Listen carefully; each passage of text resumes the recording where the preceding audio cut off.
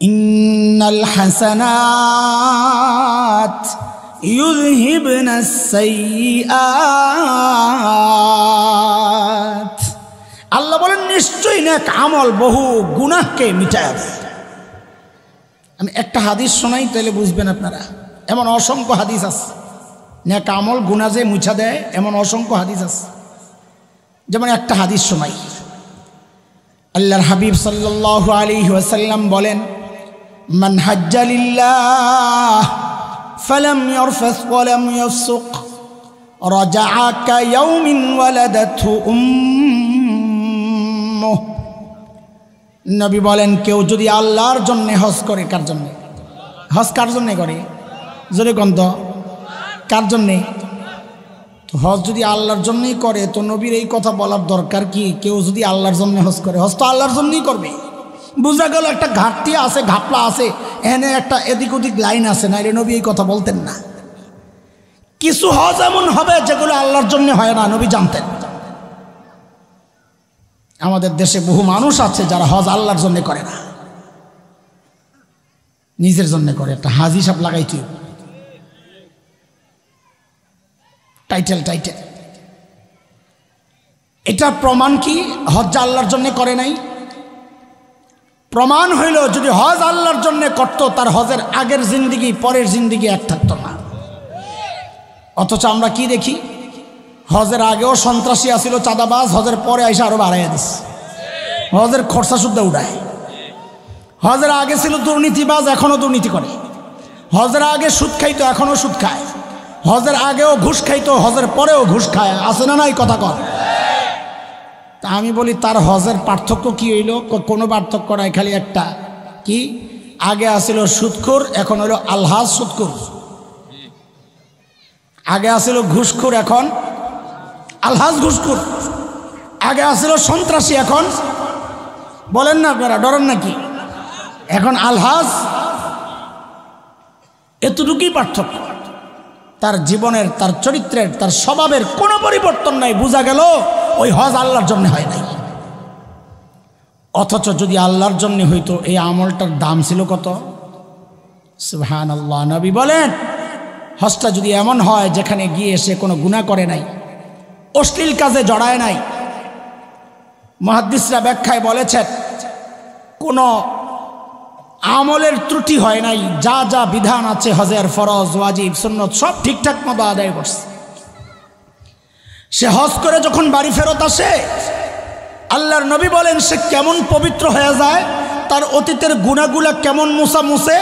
তো নবী বলেন, রাজাআ কায়াউমিন ওয়ালাদাতহু উম্মুহ, তার মা তাকে যেদিন জন্ম দিয়েছেন সেই দিন সে যেমন পবিত্র ছিল, মাসুম ছিল, নিষ্পাপ ছিল, সহি হজ কইরা, মকবুল হজ কইরা সে যখন বাড়িতে ফেরত আসে, আল্লাহ তাকে ওই রকম পবিত্র বানায়া দেন। তাইলে নেক আমল গুনাহকে মিটায় কিনা? কথা বলে না। বুঝেন নাই হাদিসটা? বুঝেন নাই? নেক আমলের দ্বারা গুনাহ মাফ হয় কি হয় না? নিয়ত করলেন ইনশাআল্লাহ।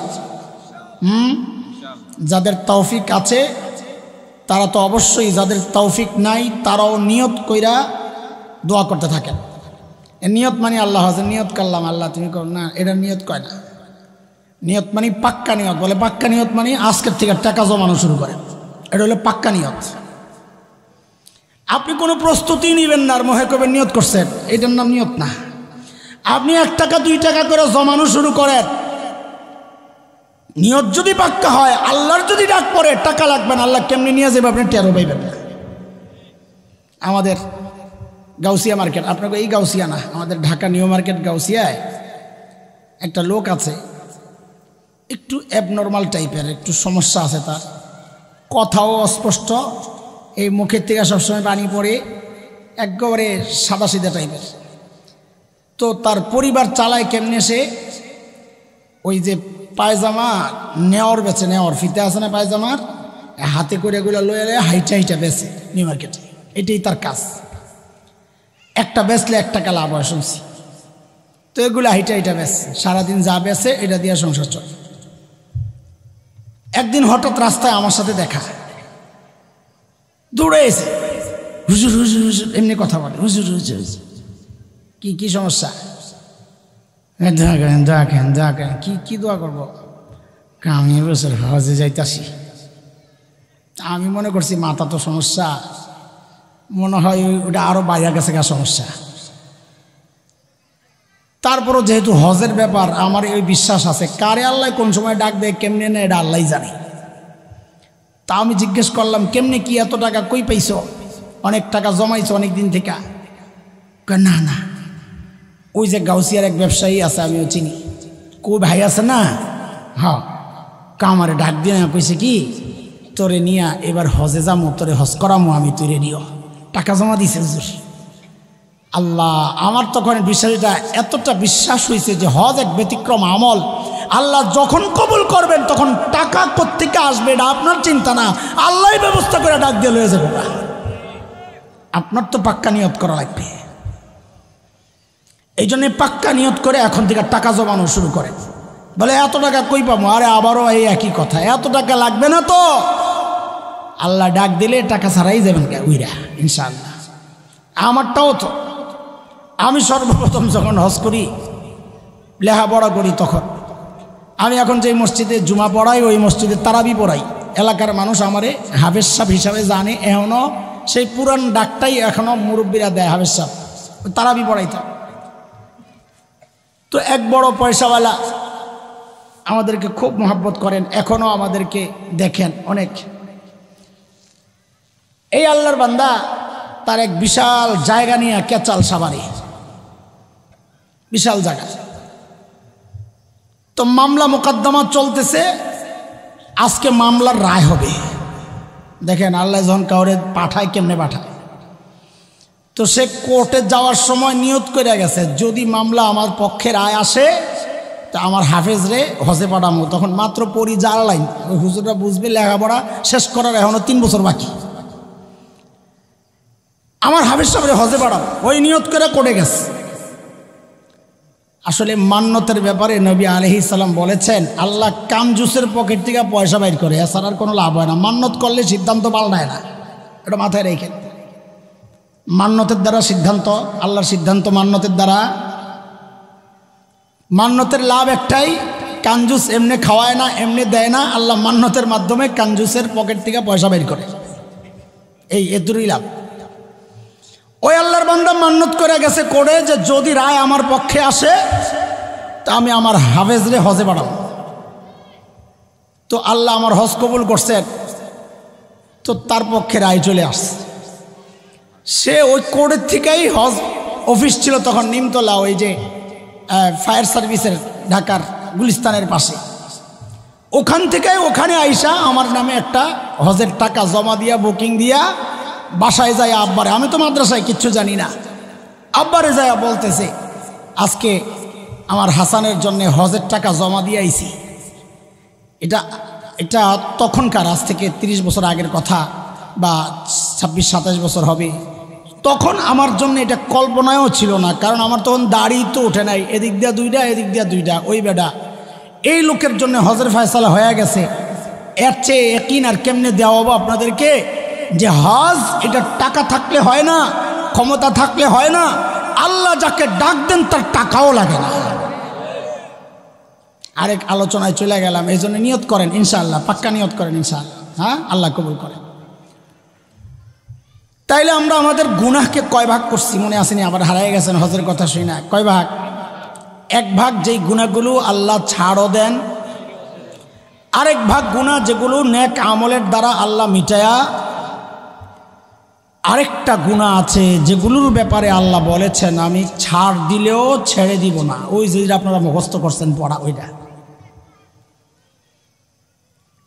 আচ্ছা আপনারা বলেন তো, এই যে 3 প্রকারের গুনাহ, কিছু গুনাহ আল্লাহ এমনি মাফ করে দেন, কিছু গুনাহ নেক আমলের দ্বারা মাফ হয়ে যায়, এই যে 2 প্রকারের গুনাহ।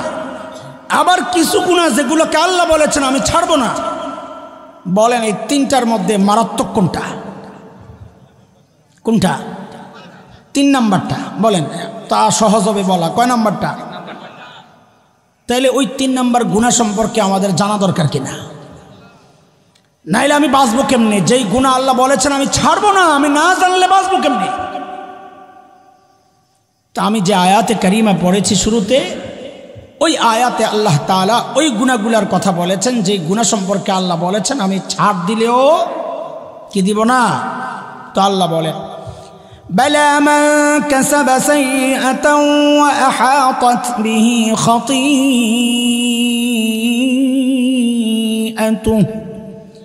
ফাউলাইকা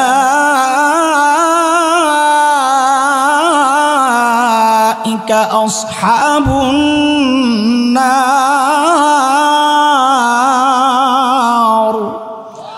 হুম ফিহা খালিদুন।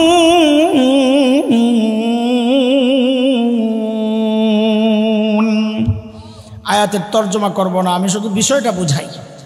আল্লাহ তাআলা বলেন যেই গুনাহ বান্দাকে চারদিক থেকে ঘিরে নেয়, গুনায় ঘিরা লয়। মুফাসসিররা বলেন গুনাহ ঘিরে নেয় মানে বলে যেই গুনাহ থেকে বান্দা বের হইতে পারে না। আরো সহজ করে বললে যেই গুনাহ বান্দা ছাড়তে পারে না। আরো সহজ করে যদি বলি যেই গুনার সাথে বান্দার অভ্যাস তৈরি হয়ে গেছে।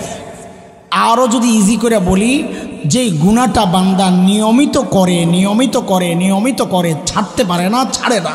আল্লাহ বলেন ওই গুনাহ আমিও ছাড়বো না। তুমি গুনাহ ছাড়তে পারো না, তা আমিও তোমাকে ছাড়বো না। নাউজুবিল্লাহ পড়েন, নাউজুবিল্লাহ। এখন সেই গুনাহ কি যা আমাদেরকে ঘিরে নিয়েছে আমরা ছাড়তে পারি না?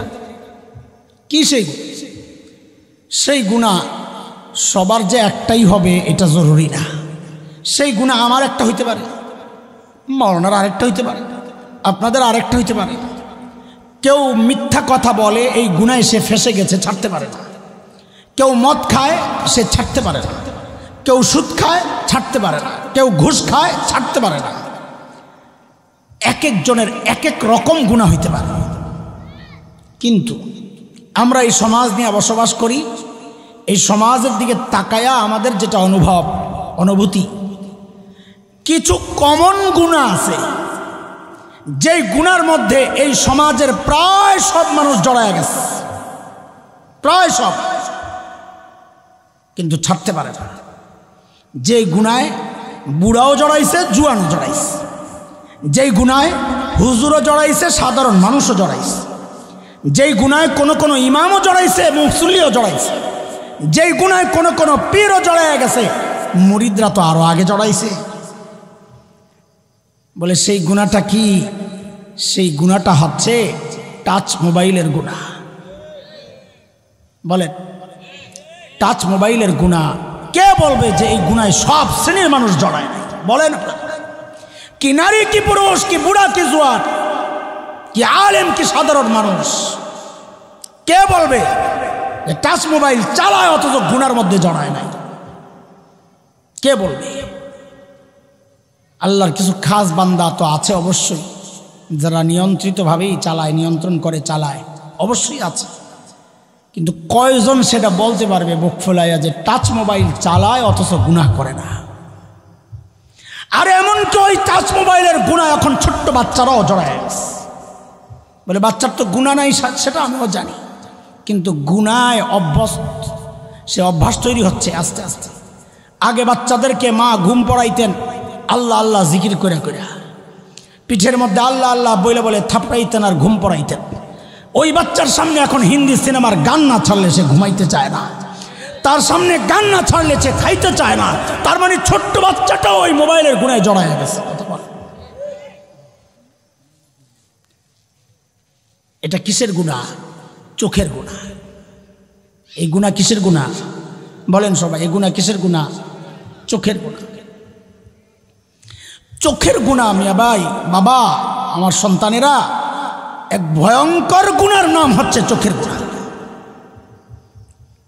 নবী আলাইহিস সালাম এই গুনাহ সম্পর্কে বলার ক্ষেত্রে একটু ভিন্নতা এনেছেন। কি বলেন নবী? নবী বলেন আন-নাজরু সাহমুন মাসমুমুন মিন সিহামি ইবলিস। নজর হচ্ছে ইবলিসের বিষাক্ত তীর। বিষাক্ত তীর বুঝের জিনিস এটা। বিষাক্ত তীর মানে কি? বিষাক্ত তীর নরমাল তীরের পার্থক্য কি তো বুঝেন একটু। নরমাল তীর যদি বিদ্ধ হয় জখমের মধ্যে ওষুধ লাগায় দিলে জখমটা ভালো হয়ে যাবে, তাই না? কিন্তু তীরটা যদি বিষ মাখা হয় তাইলে বিষটা রক্তের সাথে লাগার সাথে সাথে ওই রক্তটা গোটা শরীরে ছড়ায় যাবে, গোটা শরীরে। তখন আর উপরে ওষুধ লাগাইলে কাজ হয় না। নবী আলাইহিস সালাম এই নজরকে বলেছেন বিষাক্ত তীর। মানে কি? কেউ যখন হারাম জায়গায় নজর দেয়, যার দিকে তাকানো জায়েজ নয়, যখন তার দিকে তাকায় তখন বিষটা গোটা শরীরে ছড়ায়া যায়। এখনো বুঝেন নাই তো বুঝেন, একজন হারাম জায়গায় তাকাইলে তখন তার কানটা গুনাহ করতে জেগে ওঠে। যেই মেয়েটার দিকে তাকাইছে ওই মেয়েটার একটু কথা শুনতে তার কানটার মন চায়, তখন তার জবানটা গুনাহ করতে জেগে ওঠে। যেই মেয়েটাকে দেখেছে ওই মেয়েটার সাথে একটু কথা বলতে মন চায়, হাতটা গুনাহ করতে জেগে ওঠে। যেই মেয়েটাকে দেখেছে ওই মেয়েটাকে একটু স্পর্শ করতে মনে চায়। সব গুনাহগুলোর ইচ্ছাগুলো জেগে ওঠে। কেন? নজরের মাধ্যমে বিষটা গোটা শরীরে ছড়ায়া শরীরের সমস্ত গুনাহ করার শক্তিগুলো এখন জায়গা উঠছে। এটা হচ্ছে নজর। এটা বুঝবেন না। আপনি বাজারে যান, রাস্তায় যান, হাটে যান, ঘাটে যান, তো ওই গুনাহ খুঁজে পাবেন। সেটা হইল অধিকাংশ মানুষকে দেখবেন দাড়ি কাটার গুনায় জড়ায় আছে। তাকায় দেখেন যায়। অধিকাংশ মানুষ টাকনুর নিচে কাপড় পরার গুনায় জড়ায় আছে। তাকায় দেখেন যায়। আর মেয়েদের জন্যে, আমার বোনদের জন্যে, যারা পর্দা করে না তারা তো গুনার মধ্যে আছেই, সেটা আলাদা। যারা পর্দা করে, এই পর্দানসীন অধিকাংশ নারী একটা গুনায় জড়ায়া। ভালো করে বুঝেন একটু, আমার বোনরাও শুনুক, ভুল না বুঝুক আমাদেরকে। অধিকাংশ পর্দানসীন নারী এই গুনাহটায় জড়ায়া। কি সেটা? সেটা শরীয়তের একটা দৃষ্টিভঙ্গি। আগে বুঝেন, তাইলে গুনাহ আপনিও বাইর করতে পারবেন। শরীয়তের দৃষ্টিভঙ্গি হচ্ছে সূরা নূর 31 নম্বর আয়াত, 18 নম্বর পারা। আল্লাহ মেয়েদেরকে বলেছেন ওয়ালা ইউবদিনা যিনাতাহুন্না, মেয়েরা যেন তাদের সৌন্দর্য প্রকাশ না করে। বলেন পর্দার মূল উদ্দেশ্য কি? সৌন্দর্য গোপন করা। বলেন সহজে বলেন, পর্দার মূল উদ্দেশ্য কি? সৌন্দর্য। বোরকা পরা না, বোরকার নাম পর্দা না। এটা পর্দার একটা সিস্টেম, এইভাবে পর্দা হয়, কিন্তু এটার নাম পর্দা না। কেউ যদি সালার চট দিয়েও তার সৌন্দর্য গোপন করে, তাও শরীয়তের দৃষ্টিতে সে পর্দা করছে। কেউ যদি এই যে বিছানা গায়ে দিয়েও নিজের সৌন্দর্য গোপন করে, শরীয়তের দৃষ্টিতে সে পর্দা করছে। কিন্তু কেউ বোরকা পয়রা যদি তার সৌন্দর্য গোপন না করে উল্টা ওপেন করে, শরীয়তের দৃষ্টিতে সে পর্দা করে নাই। আমাদের অধিকাংশ পর্দানসীন নারী এখন যে বোরকাগুলো পরে, এই বোরকা দিয়া সৌন্দর্য গোপন হয় না। এমন এমন বোরকা পরে, এমন টাইট বোরকা পরে, এমন ঝাকঝিক বোরকা পরে, এমন ডিজাইনের বোরকা পরে, ওই বোরকা দিয়া সৌন্দর্য গোপন হয় না, বরং সৌন্দর্য আরও ওপেন হয়। এই মেয়েটা এই বোরকাটা না পরলে ছেলেরা ওর দিকে তাকাইতো না, ওইরকম সুন্দরী না সে, কিন্তু ওই বোরকাটা লাগায়া সে নিজের অসৌন্দর্যকে গোপন কইরা বোরকা দিয়া সৌন্দর্য প্রকাশ করতেছে। তাইলে বোরকা দিয়া সে সৌন্দর্য গোপন করলো না ওপেন করলো? অধিকাংশ বোরকাওয়ালা নারী এই গুণের মধ্যে জড়ায় আছে, অথচ সে মনে করতেছে সে রাবিয়া বসরিয়া হয়ে গেছে। এই যুগেও বোরকা পরে, তো রাবিয়া বসরিয়া নাকি? এই যে 4টা গুনাহ বললাম, নজরের গুনাহ, দাড়ি কাটার গুনাহ, টাকনুর নিচে কাপড় পরার গুনাহ, মেয়েদের সৌন্দর্য ওপেন করার গুনাহ, এই 4টা গুনাহ এই সমাজের অধিকাংশ মানুষ তো করে, কিন্তু করার চেয়েও মারাত্মক দিক হইল আরেকটা। এই মনোযোগ আছে, এটা মনোযোগ না হলে বুঝবেন না। গুনাহ কয়টা বললাম? এই সমাজের অধিকাংশ মানুষ জড়ায় আছে কয় গুনায়? কিন্তু গুনাহ করা যত মারাত্মক, আমাদের পয়েন্ট, আমাদের আফসোসের জায়গাটা একটু বুঝাই আপনাদেরকে। এই 4টা গুনাহ যারা করে, অধিকাংশ মানুষ এগুলারে গুনাহই মনে করে না। অধিকাংশ মানুষ এগুলারে গুনাহই মনে করে না। আপনি প্রমাণ দেখবেন তো দেখেন, এই সাম্প্রতিককালে টাঙ্গাইলের এক সাবেক এমপি সাহেব আব্দুল লতিফ সিদ্দিকী,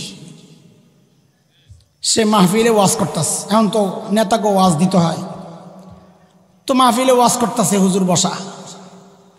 সে কি বলতেছে? যা আপনারা হুজুররা যখন দোয়া করেন আমি আমিন বলি না, ভিডিও আসছে অনলাইনে পাওয়া যায়। আপনারা হুজুররা যখন দোয়া করেন আমি আমিন বলি না কেন? কই বাচ্চাদেরকে আপনারা শিখান আল্লাহর কাছে মাফ চাও, তো সে অন্যায় করছে সে মাফ চায়, আমার জিন্দিগিতে আমি কোনো গুনাহ করি নাই তো আমি মাফ চামু কেন? অথচ তার দাড়ি নাই, দেখেন ভুলটা দেখেন, আমরা যে বুঝাইতেছি আপনাদেরকে, অথচ তার দাড়ি নাই, সে বলে আমি জিন্দিগিতে কোনো গুনাহ করে নাই, সে গুনার মধ্যে জড়ায়া আছে। কেন বলতেছে এই কথা? কারণ সে দাড়ি কাটারে গুনাই মনে করতেছে। এটা শুধু ওই পাগল আব্দুল লতিফ সিদ্দিকীর কথা না, এই সমাজের অনেক মানুষ যারা দাড়ি কাটে তারা দাড়ি কাটাকে গুনাই মনে করে না, টাকনোর নিচে কাপড় পরাকে গুনাই মনে করে না। নজরের হেফাজত করা এটা যে একটা বড় কাজ, এটারে গুনাই মনে করে না। প্রমাণ শুনবেন?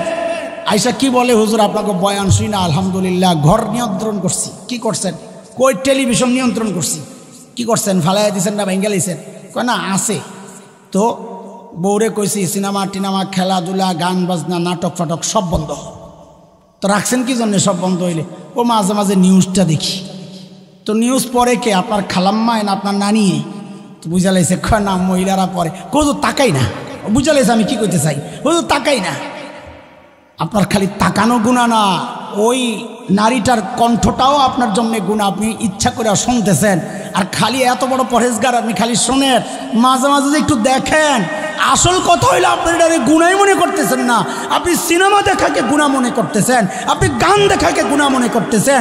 আপনার অপরিচিত একটা মেয়ে যার দিকে তাকানো আপনার জন্য জায়েজ নাই, ওই মেয়েটার সংবাদ শোনাটাকে আপনি গুনাহ মনে করতেছেন। গুনাহ করা এটা তো অপরাধ নিশ্চয়ই, কিন্তু গুনাহকে গুনাহ মনে না করা গুনাহ করার চেয়েও মারাত্মক অপরাধ। এই কথাটাই বোঝানোর জন্য এই লম্বা কথা টেনেছি। বলেন গুনাহ করা কি অপরাধ? বলেন গুনাহ করা কি? বলেন সবাই গুনাহ করা কি? কিন্তু গুনাহকে গুনাহ মনে না করা গুনাহ করার চেয়েও মারাত্মক অপরাধ। কেন? কেন? কারণটা কি? এই কেনটা একটু সংক্ষেপে বলি, তাইলে জিনিসটা আপনাদের আরও মাথায় আসবে, ঢুকবে। শয়তানকে আল্লাহ যখন তাড়াইয়া দিয়েছে ভাগেনতে, জানেন তো কাহিনী নাকি? শয়তান আসার সময় আল্লাহর কাছ থেকে কিছু আবদার করে মঞ্জুর করায় লইয়াছিল। 3 জিনিস মঞ্জুর করাইছে শয়তান। কয় জিনিস? শয়তান আল্লাহরে প্রথম কয়, আল্লাহ ভাগায়া যে দিবেন কিছু দিবেন টিবেন না, কি নিবি তুই? তো শয়তান প্রথম দাবি করছে, রব্বি আনজিরনি ইলা ইয়াউমি ইউবাসুন, আল্লাহ আমাকে পুনরুত্থান দিবস পর্যন্ত হায়াত দেন, আমি লম্বা টাইম বাঁচতে চাই। এখানে কিছু তার কথার মধ্যে রহস্য আছে, একটু এদিক ওদিক আছে। বাটপারি করছে, ধরাও পড়ছে বাটপারিতে। আমি ওই বাটপারি ঢুকলে সময় বেশি চলে যাবে, আমি গেলাম না। 1 নম্বর আবদার, আল্লাহ আমার হায়াত বাড়ায় দেন কিয়ামত পর্যন্ত। সে কিয়ামত পর্যন্ত চায় নাই, বাটপারিটা এই জায়গায়, কিন্তু মঞ্জুর হয়েছে কিয়ামত পর্যন্ত। কয় আবদার করছিল বলেন তো? তা আল্লাহ বলেন 1 নম্বর আবদার কবুল, ইন্নাকা মিনাল মুনজারিন, যা তোরে সুযোগ দিলাম, তুই বাঁচবি, কিয়ামত পর্যন্ত বাঁচবি। এই সুযোগ পাইয়াই শয়তান দিছে 2য় আবদার, আল্লাহ দুনিয়ায় যায় যে মানুষের ডাক দেবো, আয় খেলা হবে, আদমের তো বহু সন্তান থাকবে, আমি তো একা, আদমের এত সন্তানের সাথে আমি খেলবো কেমনি? আমার খেলার লিগে প্লেয়ার লাগবো না, আমার কর্মী লাগবো না, আমার দলের লোক লাগবো না, তো কি চাস? আদমরে যেমন সন্তান দিবেন আল্লাহ আমারও কিছু সন্তান দেন। তা আল্লাহ কয়, যা আদমের মতো তোরও সন্তান হবে, যা। শয়তান তো খুশি, এইবার খেলা হবে। তাই আল্লাহ আখেরি একটা চান্স কি, ওই যে হুজুরকে ভিতরে ঢুকিয়া গ্যাঞ্জাম লাগায় কিছু পাবলিক আছে, আসলে অসভ্য, আসলে এই দলের লোক না, আসলে ফেসিস্টের সহযোগী, কিন্তু ওই সুরট টুরট লাগায় হুজুরগুলো লগে ঢুকিয়া গ্যাঞ্জাম পাকায়। এটা শয়তানের থেকে শিখছে। শয়তানও আল্লাহর কাছে 3 নম্বর আবদারটা করছে, আল্লাহ আমি একটু আপনার বান্দার ভেতরে ঢুইকা রগে রগে দৌড়াইতে চাই, যেন ভিতর থেকে আমি ওরে বিভ্রান্ত করতে পারি। তো আল্লাহ ওইটারও মঞ্জুর করছে। নবী আলাইহিস সালাম বলেন, ইন্নাশ শাইতান ইয়াজরি মিনাল ইনসান মাজরাদ দাম, শয়তান মানুষের রক্তের রেশায় রেশায় দৌড়ায়। কয় জিনিসের আবদার করছে? পাশ হয়েছে নি? জোরে বলে না। আরে পাশ হয়েছে না হয় নাই? শয়তান কিছু মঞ্জুর করাইতে চাইছে কার কাছে?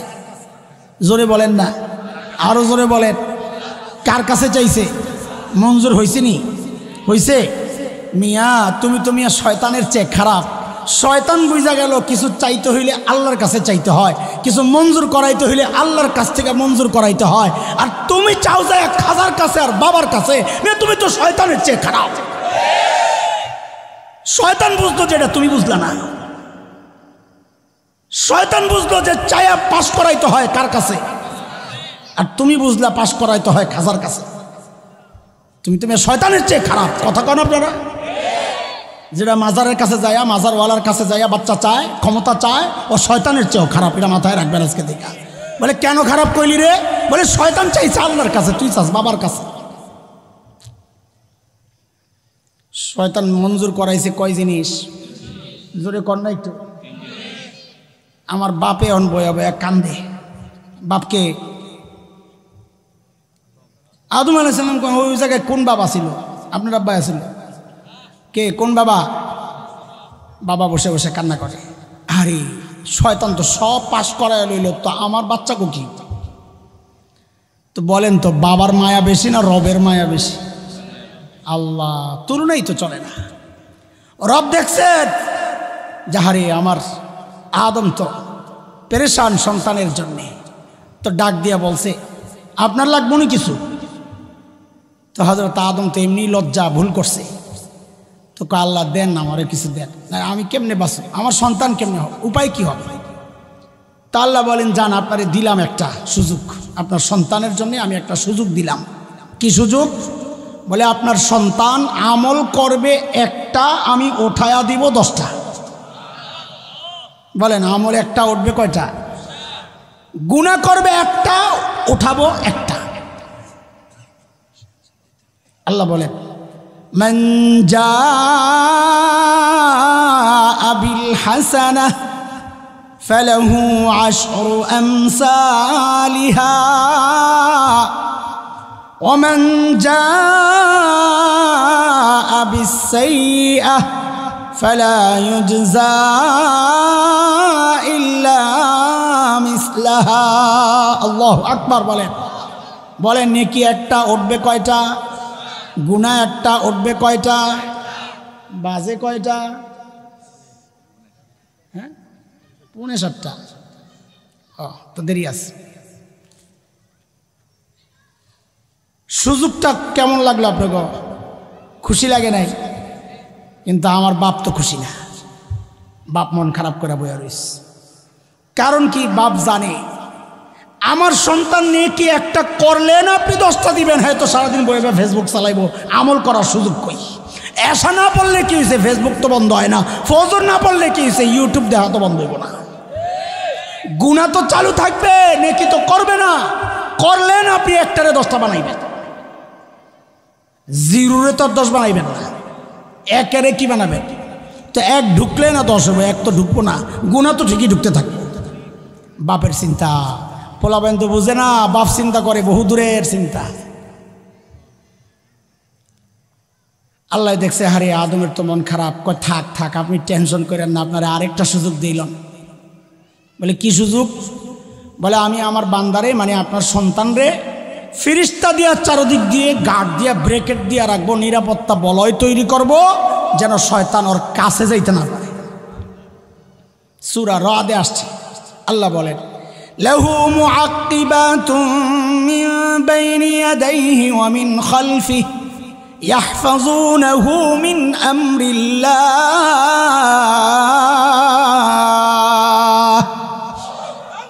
আমি চারদিক থেকে নিরাপত্তা বলয় তৈরি করব, শয়তান কাছে যাইতে পারবে না। নবী আলাইহিস সালাম বলেন আমরা যেমন খাবার থেকে মাছি তাড়াই না দূর দূর করে, ফেরেশতারাও আমাদের চারদিক থেকে এরকম শয়তানকে তাড়াই থাকে সর সর সর সর। কিন্তু আমার বাপের মন খারাপ, তাকায় রয়েছে চুপচাপ, কান্দে কান্দে বয়াবে। কি মন খারাপ কেন? খুশি না আপনি? আল্লাহ আমার সন্তানরে আপনি ফিরিস্তা দিয়া নিরাপত্তা দিবেন, এতে বেঁচে যাইব। এর সে নিরাপদ জায়গা জান্নাতে তো আমি নিজেই আসিলাম, আমি তো খাইছি ধরা। বুঝেন না এই কথা? ফিরিস্তা দিয়ে বলয় তৈরি করবেন, এর সে নিরাপদ জায়গা তো জান্নাত, ওখানে তো আমি আসিলাম, তাও তো ধরা গায়ে গেছি। কারণ হ্যাঁ তো কাছে যাওয়া লাগে না, হ্যার কাছে তো রিমোট আছে, দূর থেকে চ্যানেল পাল্টায়। অশ্বাসা আগে আমরা বুঝাইতে পারতাম না, এই রিমোট আসার পরে এখন অশ্বাসা বুঝাইতে পারি। দূর থেকে যে চ্যানেল পাল্টানো যায়, ঘুষ খাইতেছে খাইতেছে খাইতেছে, লগে দিয়ে একটা সুদের চ্যানেলে জায়গা, তো এটাও একটু চুপ কাটা। আমার এদিক দিয়ে জিনার চ্যানেলে জায়গা, চ্যানেল পাল্টায় মদের চ্যানেলে জায়গা, সব চ্যানেল চলে। রাত্রে বইয়া বইয়া টিপে না, একটা একটা করে চ্যানেল পাল্টায়, শয়তানা বইয়া বইয়া চ্যানেল পাল্টায়। এক চ্যানেল গিরগির করে, কয়টা বাদ দেয় আরেকটা ঢুক, এক চ্যানেলে বাধা আইছে তো আরেকটা জায়গা। আল্লাহ আল্লাহ হেফাজত করেন। আমার বাপের পেরেশানি আল্লাহ দেখা, আরে আমার বান্দায় তো চিন্তায় মরি যাব। তা আবারও জিজ্ঞেস করি, বাবার মায়া বেশি না রবের মায়া? তো রব কি বলেন এবার, আরে আমি তো আমার বান্দার জন্য স্পেশাল একটা রাখছি, আপনি এত টেনশন করেন কেন? তো বাপ তো খুশি হয়ে গেছে, আল্লাহ ওই স্পেশালটা দেন না, দেন না। তো আল্লাহ জানাইয়া দিচ্ছেন, যান যান যান যান, স্পেশাল আখেরিটা দিয়ে দিচ্ছি। সেটা কি? যে আমার বান্দা, আপনার সন্তান গুনাহ করবে করবে, করতে করতে করতে করতে জীবন পার কইরা জীবনের শেষ সময় আইসা যদি বলে, ও আল্লাহ আমি ভুল করছি, আমারে মাফ করে দাও, আমি ওর জিন্দেগির সমস্ত গুনাহ খাতা মাফ করে দাও।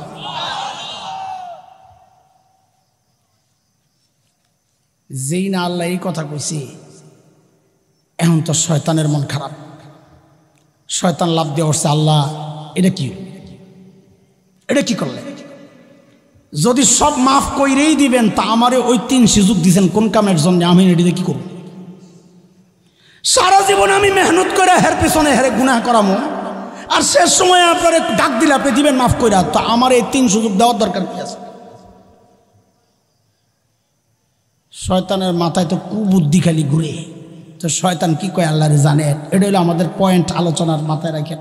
পিছনে রেখে আসছি কথা কি, গুনাহ করার চেয়ে গুনাহকে গুনাহ মনে না করা বেশি খারাপ। মনে আছে কথা? আসেন এইবার বাটপার শয়তান দাঁড়াইছে, আল্লাহ আমি এত বাটপার কম না, আপনি আপনার বান্দা তওবা করলে সব মাফ করে দিবেন না, এটাই তো দেখায়া দিলেন আখেরিটা। তো শুনেন, আমিও আপনার বান্দারে দিয়া এমন গুনাহ করাবো যেন সে তওবা না করে। তওবা করলেই তো মাফ করবো, তাই না?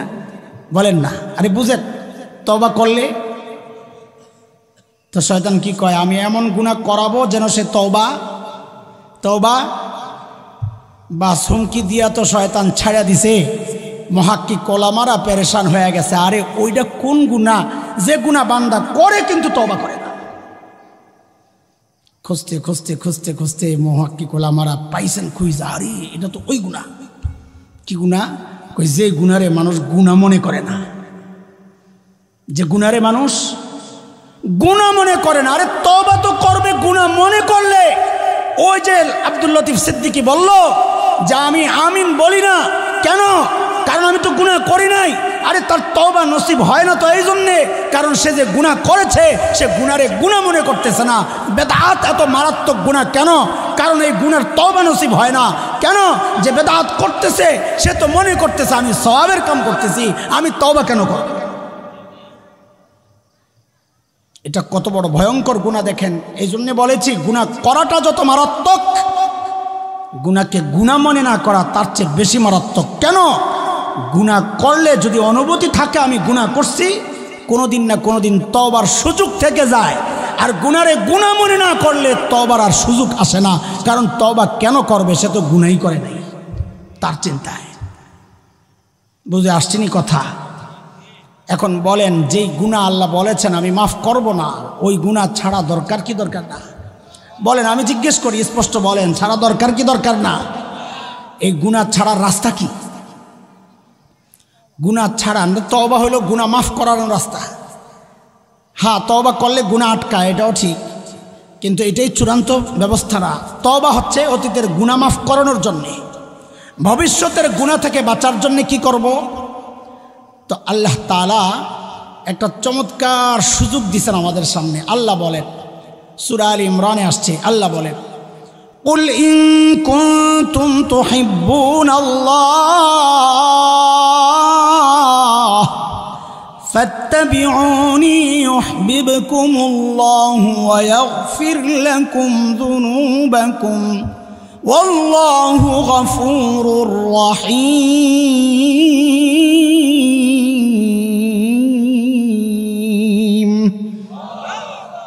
নবীরে মহব্বত করেননি? এক কথা বলেন না, নবীকে মহব্বত করেন? কে কে করেন? আল্লাহু আকবার, মাশাআল্লাহ মাশাআল্লাহ। আমিও করি, চেষ্টা করি, আলহামদুলিল্লাহ। হাত নামান। আমার নবীকে মহব্বত করার প্রমাণ হাত ওঠানো না। নবীকে মহব্বত করার প্রমাণ হাত ওঠানো না, যে হাত উঠাইলাম প্রমাণ হয়ে গেল আমি নবীর মহব্বত করি। নবীকে মহব্বত করার প্রমাণ নবীর জন্মদিনে উৎসব করা না। নবীকে মহব্বত করার প্রমাণ আল্লাহ যা বলেছেন ওইটাই আমার মন মতো প্রমাণ দিলে হবে না। তো আল্লাহ কি বলেছেন? আল্লাহ নবীকে দিয়া বলাচ্ছে যে আপনার উম্মত মহব্বতের অনেক প্রমাণ দিবে। সিন্নি খায়া, জিলাপি খায়া, মিলাদ পইরা, জশ্ন জুলুসের মিছিল বাইর কইরা, লাফায়া লাফায়া মিলাদ পইরা মহব্বতের অনেক প্রমাণ দিবে। কিন্তু আপনি বলে দেন এগুলো একটাও প্রমাণ না। দেখেন আল্লাহর বলার ঢংটা একটু বুঝেন। আমরা অনেক সময় বাচ্চাদের উপর বেশি রাগ যখন করি না, তারে আর সরাসরি কিছু বলি না, তার সামনে তার মারে বলি। কি বলি? তোমার পোলারে কয়া দিও, কিন্তু হুমকিটা বুঝছেন না? তোমার মায়ের কয়া দিও, আমি ধরলে কিন্তু ছাড়ুন না। এই কথাটা তো ডাইরেক্টও বলতে পারতাম না, এই তোরে ধরলে কিন্তু ছাড়ুন না। কিন্তু যখন বেশি রাগ ওঠে তখন নারে মাঝখানে ঢুকাই। কি কই? তোমার পোলারে কয়া দিও। ঠিক আল্লাহ তাআলা যখন অনেক রাগ থাকে কোনো বিষয়ে, তো আল্লাহ নবীকে বলেন, কুল কুল আপনার উম্মতরে কয়া দিয়েন। কিন্তু বুঝেন না এই কথাটা? নবীকে আল্লাহ মাঝখানে বানান, ঢুকায়া কি বলেন? আপনার উম্মতরে বলে দিয়ে। আল্লাহ সরাসরি বান্দারে কথা বলেছেন, ইয়া আইয়ুহাল্লাযীনা আমানু বইলা, ও ইমানদারেরা, ইয়া আইয়ুহান নাস, ইয়া আইয়ুহাল ইনসান, ও মানুষ, সরাসরিও বলেছে। কিন্তু যখন মাঝখানে নবীরে ঢুকায়া বলেছেন কুল, আপনি বইলা দেন, বুঝতে হবে এখানে আল্লাহ একটু রাগ হয়ে আছেন। আল্লাহ যেন বলার ঢংটা এমন, আপনার উম্মতরে কইয়া দিয়ে। আমরা যেমন বলি তোমার পোলারে কয়া দিও, তো কি বলে দিবেন উম্মতরে? তো আল্লাহ বলতেছেন, ইন কুনতুম তুহিব্বুনাল্লাহ, আল্লাহরে মহব্বত করে এই দাবি যদি কেউ করে, তো হাত উঠাইলে কাম হবে না, প্রমাণ দিতে হবে। প্রমাণ কি? ফাত্তাবিউনি, ওরা যেন আপনি নবীকে অনুসরণ করে, তাইলে আমি ধরে নিব ওরা আপনাকেও মহব্বত করে, আমারেও মহব্বত করে। প্রমাণ কি? নবীকে, আল্লাহকে মহব্বত করার প্রমাণ কি? নবীকে অনুসরণ করা। বলেন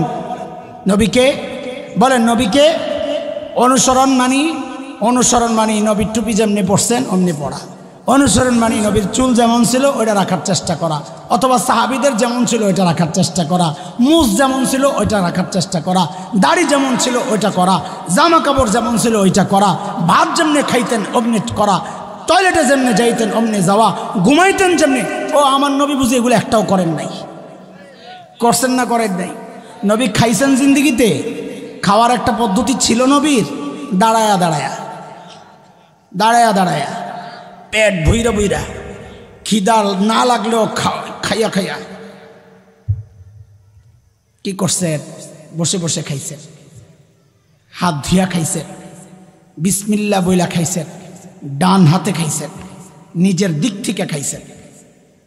খাওয়ার মাঝে মাঝে আল্লাহর প্রশংসা করছেন, খাওয়ার আগে আল্লাহর নাম নিছেন, খাওয়ার পরে আল্লাহর প্রশংসা করছেন, দোয়া পড়ছেন।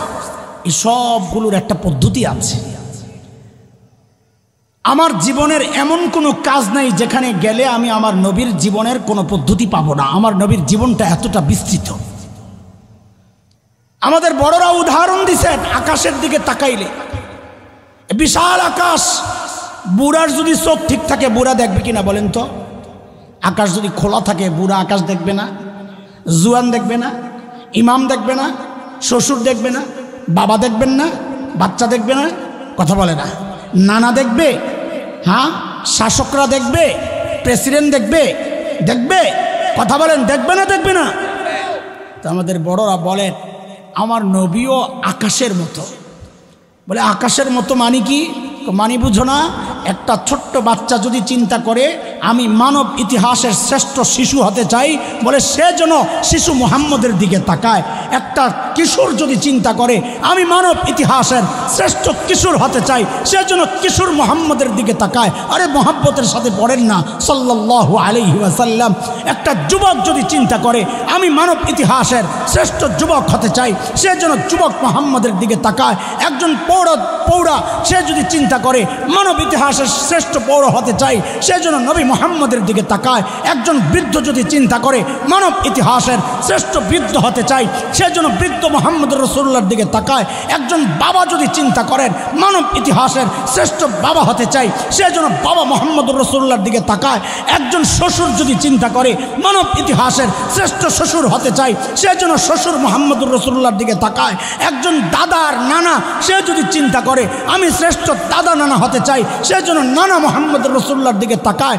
একজন ইমাম যদি চিন্তা করে শ্রেষ্ঠ ইমাম হতে চাই, সে যেন ইমাম মুহাম্মদুর রাসূলুল্লাহর দিকে তাকায়। একজন খতিব যদি চিন্তা করে শ্রেষ্ঠ খতিব হতে চাই, সে যেন খতিব মুহাম্মদুর রাসূলুল্লাহর দিকে তাকায়।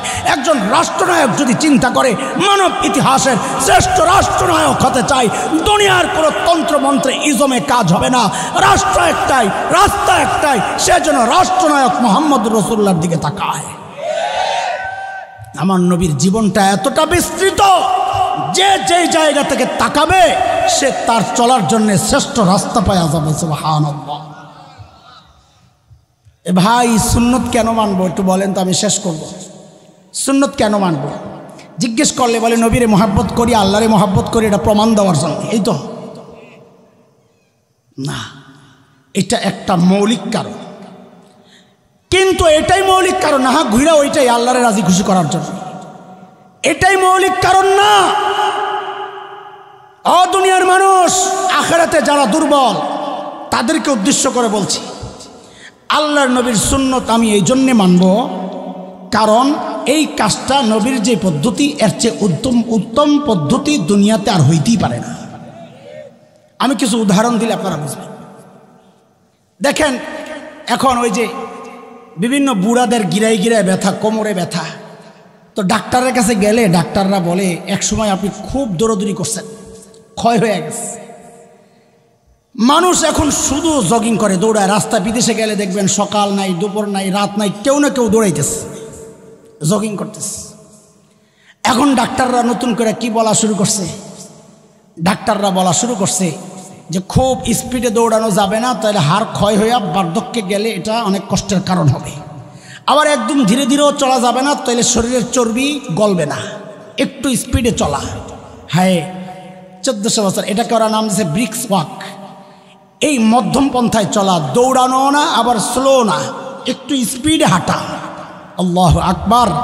1400 বছর আগে কোনো গবেষণা ছাড়াই আমার নবী চলতেন। সাহাবায়ে কেরাম বলেন যে নবী যেন উপর থেকে নিচের দিকে ঢালের দিকে যাইতেছেন, নবীর হাঁটাটাও ছিল একটু দ্রুততার সাথে, সেটা দৌড়ানো না আবার স্লো হাঁটাও না।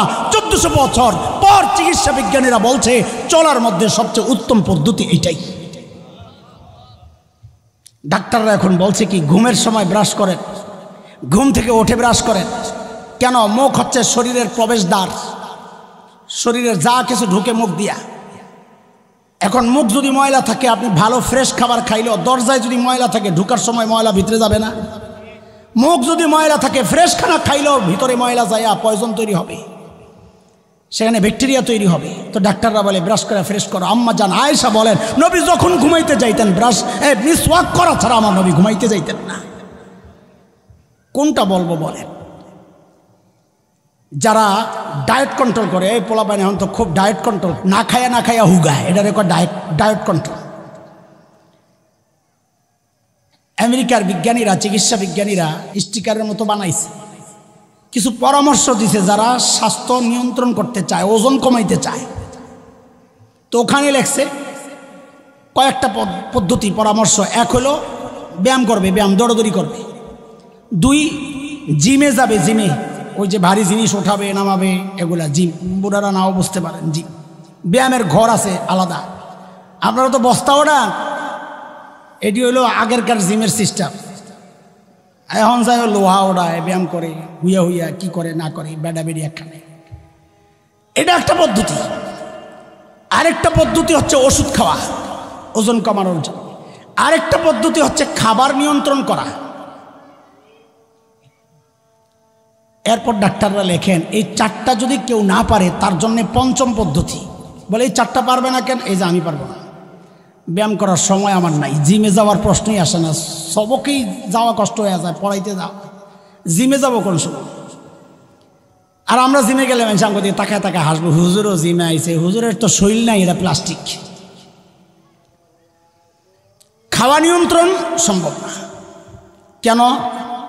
গেলে যদি কয় হুজুর এই মুরগাটা আম্মায় পালছে আপনার লেগা, তোর না খাই কেমনে কোন? আপনি সব জায়গায় গেলে তো এই একই কথা, জোর করে খাওয়াইতে খাওয়াইতে পেটটারে বড় করছে, এর জন্য দায়ী আপনারা, খাইতে চাই না।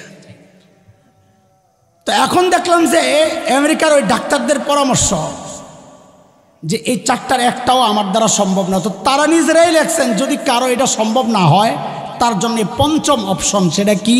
এটা শুনেন। তাদের পরামর্শ হচ্ছে সে যেন ভালো করে চাবায়া চাবায়া চাবায়া চাবায়া ধীরে ধীরে ধীরে ধীরে খায়। কেন? এটা বুঝেন কেন? ক্রাশ ইউনিট, গুঁড়া করার জায়গা হইল মুখ, পেট না। বুঝেন? গুঁড়া করার জায়গা কোনটা? আল্লাহ বানাইছেন একটা, এটাকে বলে ক্রাশ ইউনিট। গুঁড়া করার মুখ হচ্ছে জায়গা হচ্ছে মুখ। আমাদের বদ অভ্যাস হইল বিশেষ করে দাওয়াতে টাওয়াতে গেলে সাবানি কি মহে দিয়া এই গালে একটা, এটা না গিলা দিয়ে আবার আরেকটা কোনো রকম পানি দিয়া গিলালায়, বাড়ি নিল জায়গা। এতে করে হয় কি, আপনি যখন গুঁড়া করেন নাই, এটা যায় শুরুতে পাকস্থলিতে, একদম নিচে যে ভুঁড়ি আর আগে দিয়া পাকস্থলী, ওখানে যায়। তখন পাকস্থলীর কাজ হইল হজম করা, গুঁড়া করা না। সে যখন গুঁড়া করা ছাড়া খাবারটা পায় তখন সে গুঁড়া করা শুরু করে। তাহলে পাকস্থলীর কান্দের দায়িত্ব পড়লো 2টা, গুঁড়া করা, হজম করা। বেচারার কাম একটা, আপনি চাপাইয়া দিয়েছেন 2টা। তখন সে এটা গুঁড়া করতে করতে যেই হজমের সিস্টেমে যাবে এর মধ্যে দেহে পটলা আরেকটা নামতাস, বুঝেন? তখন আবার ওটা গুঁড়া করা শুরু করে, নিচেরটা হজম ছাড়াই জায়গা। তখন ওর থেকে বিষাক্ত তেল চর্বি তৈরি হয়, খাবার হজম হয় না, ভালো রক্তের সার্কুলার হয় না, নানান ঝামেলায় জড়ায়া যায় আমরা। কারণ একটার দায়িত্ব আরেকটারে দিছি। চাবানোর দায়িত্ব ছিল মুখের, আমি দায়িত্ব দিছি পাকস্থলীকে। এগুলো এক সমস্যা। দ্বিতীয় সমস্যা বুঝেন, এটা বেশি ভালো সমস্যা। সেটা হইল আমার শরীরের চাহিদা আছে একটা, এই চাহিদার বেশি খাবো, এটা আমার জন্য অস্বাস্থ্যকর হবে। পাক যন্ত্রের মধ্যে পাক হবে না। আপনি বলেন না ডেগের মধ্যে পুরা বইরা বইরা চাইপা চাইপা চাইল দিয়া যদি চুলার উপরে বসান তো দেখা যাবে নিচে দিয়া পুইরা গেছে, উপরে দিয়া কাঁচা রয়েছে, মাঝখানে কিছু সিদ্ধ হয়েছে, এক একটার এক এক অবস্থা, খাবারটা ঠিক হয় নাই। পাকস্থলীর মধ্যে যখন এরকম যাইতা যাইতা ঢুকাইবে তখন ভেতরটা নষ্ট হয়ে যাবে, হজম হবে না, নানান সমস্যা দেখা দিবে। এখন আপনার শরীরের চাহিদা হইল আধা কেজি, কথার কথা।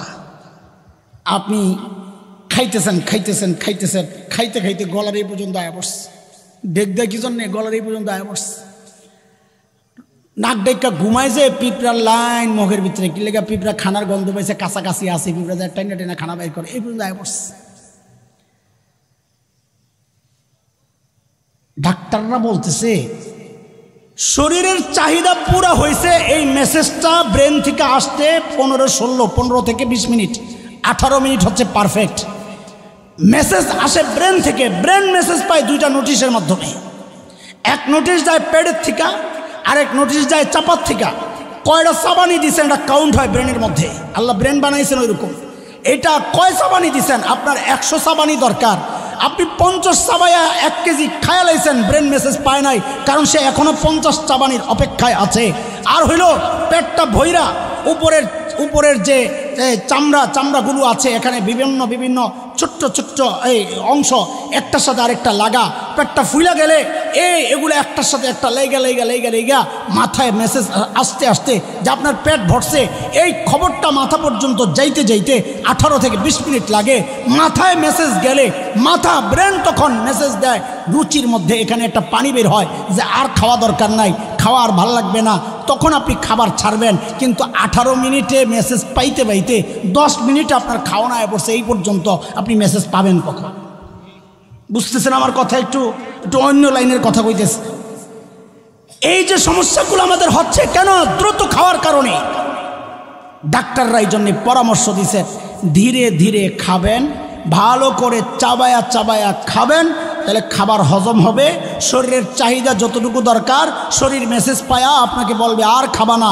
ধীরে ধীরে খাইলেই মেসেজ আসে, দ্রুত খাইলেই মেসেজ আসে না। আরে এখন ডাক্তাররা গবেষণা করে এই সিস্টেম বের করছে, অথচ 1400 বছর আগে আমার নবী গবেষণা ছাড়াই খাইতেন, ধীরে ধীরে খাইতেন, ভালোভাবে চাবায়া খাইতেন। ওই জন্য বলছি সুন্নত কেন মানবো? জান্নাতে যাব শুধু এই জন্যে না। সুন্নত কেন মানবো? আল্লাহকে মহব্বত করি প্রমাণ দেওয়ার জন্যে, শুধু এই জন্যে না। সুন্নত কেন মানবো? নবীকে মহব্বত করি শুধু এই জন্যে না। সুন্নত এই জন্যে মানবো কারণ এই কাজটা আমার নবী যেভাবে করেছেন এর চেয়ে উত্তম কোনো পদ্ধতি হইতেই পারে না। সুন্নত যদি মানি তো আল্লাহ বলেন ইউহিব্বুকুমুল্লাহ, আমি তাকে ভালোবাসবো। আচ্ছা আপনারা বলেন সন্তানকে ভালোবাসেন কি বাসেন না? আপনার সন্তানরে যে আপনি ভালোবাসেন, আপনি আগুনে ঝাঁপ দিতে দিবেন সন্তানরে না জড়ায়া ধরবেন? তা আল্লাহ যদি কাউকে ভালোবাসে আল্লাহও তাকে গুনাহ করতে দিবেন না, আল্লাহও তাকে আটকায়া দিবেন। এই জন্যে বললাম কেউ যদি সুন্নতের জিন্দিগির প্র্যাকটিস করে, সবগুলো কাজ করার সময় চিন্তা করে এই কাজটা আমার নবী কীভাবে করেছেন, আল্লাহ তাকে গুনাহ থেকেও বাঁচাইয়া দিবেন। কেন? আল্লাহ ওই বান্দাকে ভালোবাসবেন। আল্লাহ তাআলা আমাদের গোটা জীবনকে সুন্নত দ্বারা সাজানোর তৌফিক দান করেন। আমিন বলেন, আমিন বলেন। আল্লাহ গোটা জীবন যে কোনো কাজ করার সময় চিন্তা করবো এই কাজটা আমার নবী কীভাবে করেছেন। ঠিক আছে ইনশাআল্লাহ? তাইলে ইনশাআল্লাহ সুন্নতের জিন্দিগির প্র্যাকটিসও হবে, সাথে আল্লাহ আমাদেরকে গুনাহ থেকেও বাঁচাইয়া দিবেন ইনশাআল্লাহ। নামাজের আজান হবে এখন।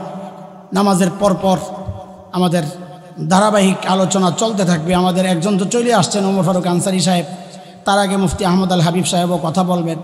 সবাই কাছাকাছি আসেন। এরপরে জুনায়দ আল হাবিব সাহেব আসবেন, কাছেই আসেন।